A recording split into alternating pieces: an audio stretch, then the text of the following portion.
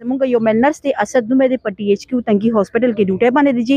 دا هغه ایلیګل ټرانسفر شوی دی هغه ټرانسفر داسې شوی دی سر چې هغه د جاب ډسکرپشن کې دا هغه په بلډ ټیکینګ کې ډیوټي نشته دی هغه کې ایلیګل ټرانسفر دا هغه ایم ایس چې کوم دی نو دا هغه کړی دی هغه کې بیا زمونږ مشران کې نسل زمونږ ایم ایس سره او ډي ایچ او صاحب سره خبره وشوه په 8 ډیټ باندې زمونږ خبره وشوه هغه چې زبر دا ریلیونګ لیټر واپس والم دی به یو د درې ورځې چټو کې دی به لاړ شي افیس کې بکین خپل ډیوټي به سرانجام کی الته خپل ډیوټي جاری ساتي هغه باوجود چې کوم دی په 9 ډیټ باندې د خلاف دوباره هغه خبر نه رستو شو او دوی دا غي ریلیوینګ لیټر وکړو بلکې ټرانسفر یې وکړو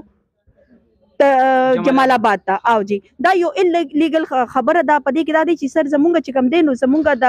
16 ډیټ او 17 ګریډ چې کوم افیس چې دا غي ډي ایچ او سره او ام اس سره هیڅ اختیار نشته چې دا غي ټرانسفر وکړي دا غي باوجود هم بیا دی ډایرکټریټ تلاره ډایرکټریټ کې هغه ریلیوینګ لیټر وته چې دا وډرا کې دا غي باوجود هم هغه په خبره باندې عمل نه کو په یو زور په زبردسته په بدمعشي باندې هغه ټرانسفر کړی دی اوس موږ د خلاف راوتی موږ خپل رائټ غواړو موږ خپل حق غواړو کم ځای کې چې نرس کې ضرورت وي د ډیوټي نو هغه له الته کې شارټیج پوره کول د پاره څوک نه راځي خو چې کم ځای کې په هاسپټل کې چرته ضرورت وي نو نرس پرالو په هغه ځای کې به ورمنډي ولې د نرس تاسو کول ولا څوک نشته مونږ ټول ولاړ یو مونږ خپل رائټ غواړو مونږ خپل حق غواړو مونږ ته خپل حق راکړي اسد چې د میل نرس دی په تنګي هسپتال کې د تنګي ایم ایس د ته په لیبارټری کې په هغه ورځ باندې ډیر زیات رشو د دته ریکوست وکړ چې راته دغه سره لږ شانتي بلډ واخله د پیشنټ نه ډیر زیات رش دی او دغه نو هغه دوه ته ریفیوز وکړو هغه ته بیا مطلب دا او د هغه ریفیوز په دغه کې یوازې ریفیوز یو نه کړ بلکې هغه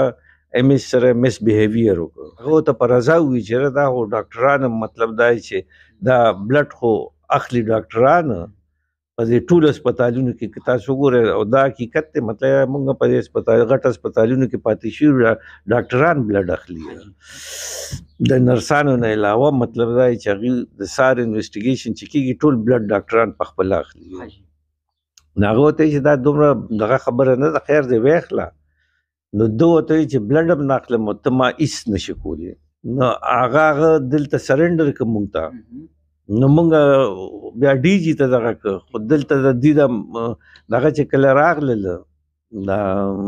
مشران راغلل هغې ما سره خبره وکړله نو